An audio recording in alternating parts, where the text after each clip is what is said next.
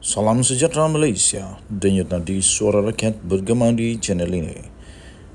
Jangan lupa tekan butang subscribe, like dan share. Malaysia kita punya, cintai Malaysiaku, kita jaga kita.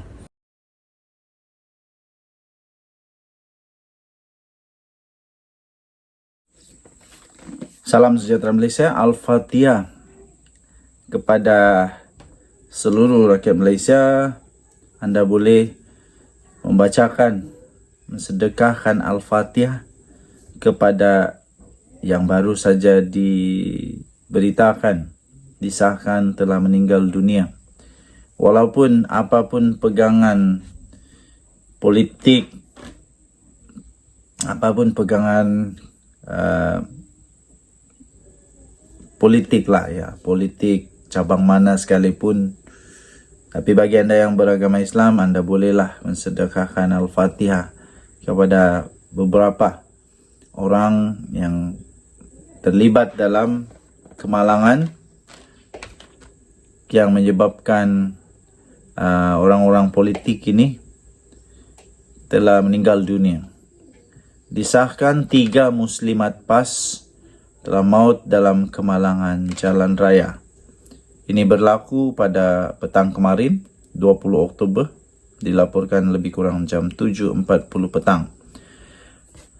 Disahkan perwakilan dan pemerhati yang menghadiri Muktamar PAS di Shah Alam pada hari ini dikejutkan dengan berita 3 orang muslimat PAS daripada Sungai Petani telah meninggal dunia akibat kemalangan jalan raya.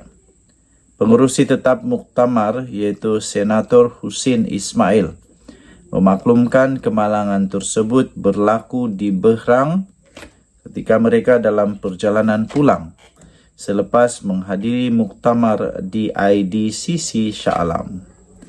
Mereka melihat sebuah kereta yang terlibat dalam kemalangan dan kemudian berhenti di tepi lebuh raya untuk membantu.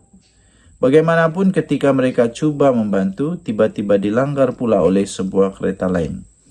Ini betul menyedihkan kerana perbuatan baik mereka akhirnya kesianlah, memang kesianlah.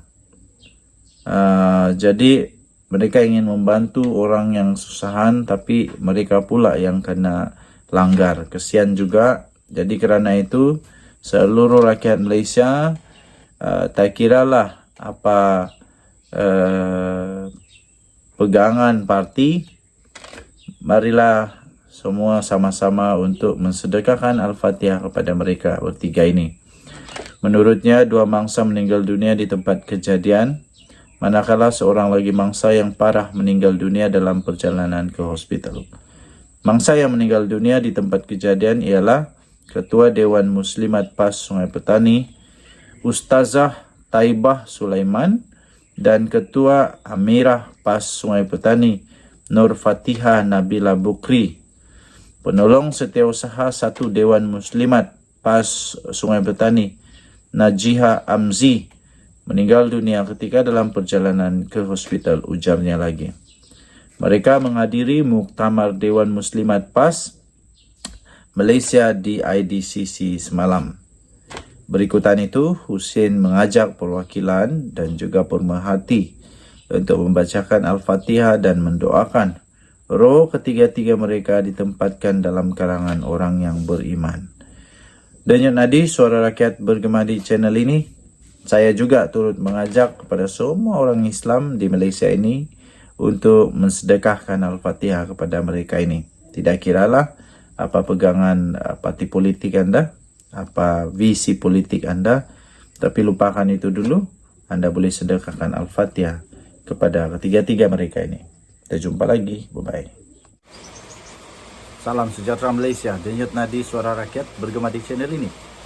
Sebentar tadi ada seorang rakan bertanya kepada saya, kenapa Datuk Seri Anwar Ibrahim tidak letak jawatan saja? Kenapa Datuk Seri Anwar Ibrahim tidak letak jawatan saja? Dia kata. Saya kata, saya tak setuju kalau Datuk Seri Anwar Ibrahim letak jawatan. Sekiranya anda setuju dengan saya, yaitu Datuk Seri Anwar Ibrahim tidak sepatutnya letak jawatan, sila komen di ruangan komen katakan saya tidak setuju Datuk Seri Anwar Ibrahim letak jawatan. Dia tanya saya, apa alasan kamu? Banyak alasan yang boleh saya kemukakan. Kalau ditulis seluruh kertas di Malaysia ini tak habis kot. Kenapa Datuk Seri Anwar Ibrahim tak perlu letak jawatan?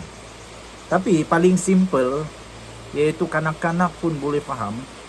Yang paling simple menggunakan akal simple. Akal simple manusia lah. Tak payah nak fikir tentang ekonomi ke apa ke semua. Tak payah fikir, senang saja. Pertama saya kata, kalau Datuk Seri Anwar Ibrahim letak jawatan, habis siapa nak jadi Perdana Menteri? Siapa yang layak jadi Perdana Menteri? Saya tanya dia, siapa yang kamu nak calonkan untuk jadi Perdana Menteri sekiranya Datuk Seri Anwar Ibrahim letak jawatan? Terkebil-kebil dia berfikir siapa yang perlu untuk jadi layak untuk jadi Perdana Menteri. Saya fikir Seri Paduka Baginda yang di Pertuan Agong, saya kata kepada kawan ini, telah memilih berkenan kepada Datuk Seri Anwar Ibrahim untuk jadi Perdana Menteri kerana memang ada kepimpinan, memang ada kepakaran, memang ada kehebatan, aura Perdana Menteri di dalam Datuk Seri Anwar Ibrahim. Kemudian saya tanya, adakah kamu setuju jika sekiranya saya kata tak ada yang boleh ganti Datuk Seri Anwar Ibrahim buat masa ini? Dia terkebil-kebil lagi. Dia nak kata mungkin ada orang yang layak tapi sudah pun jadi Perdana Menteri dan ternyata tak boleh membawa mana-mana kepada negara Malaysia. Malah negara Malaysia setelah ditakbir oleh beberapa Perdana Menteri sebelum ini, selepas Datuk Seri Anwar Ibrahim pegang negara Malaysia mengalami defisit hutang negara yang cukup besar. Sehingga Datuk Seri Anwar Ibrahim bila dia dapat saja menjadi Perdana Menteri, menjawat jawatan Perdana Menteri, dia pun bingung juga. Baru sedar rupanya begini teruk rupanya keadaan keuangan negara Malaysia. Jadi siapa yang boleh jadi ganti Perdana Menteri? Saya tanya dengan dia, kalau Datuk Seri Anwar Ibrahim diganti oleh Tan Sri Mahyadin Mak Yassin, kamu setujukah? Saya kata. Dia pun terkebil-kebil juga. Dia pun bingung juga. Layak kata layak. Ialah, saya tanya dengan dia, dalam berapa bulan Tan Sri Mahyadin Mak Yassin pegang jawatan Perdana Menteri, apa yang dia dapat buat? Dan berapa banyak pula kontroversi yang muncul kerana Datuk Tan Sri Mahyadin Mak Yassin jadi Perdana Menteri ketika itu. Banyak mana kontroversi yang muncul? Terlalu banyak. Jadi nak ulang sekali lagi kah benda tu? Saya kata kepada kawan itu. Dia pun mulai bingung juga.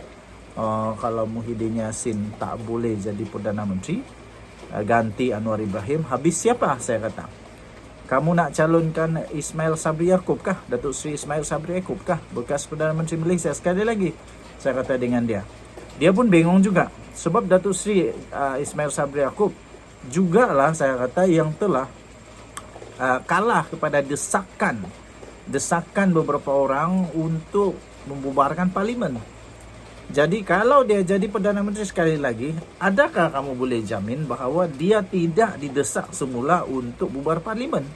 Dan adakah dia boleh untuk bertahan katakan tidak, jangan bubar parlimen sekiranya didesak sekali lagi?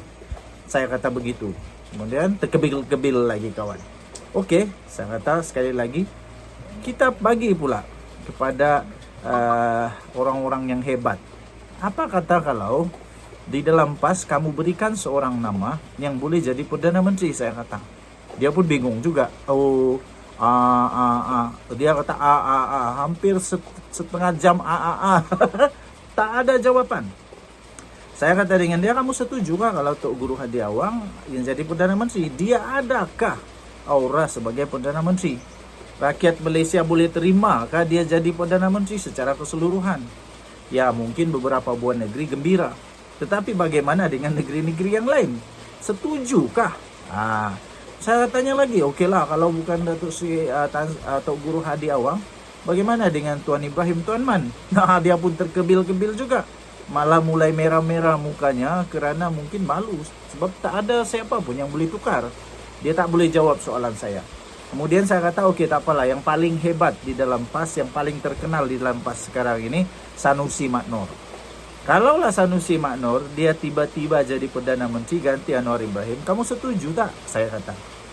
Dia pun bingung juga. Susah juga nak jawab, dia kata. Jadi saya kata, siapa nak jadi Perdana Menteri? Siapa yang layak jadi Perdana Menteri?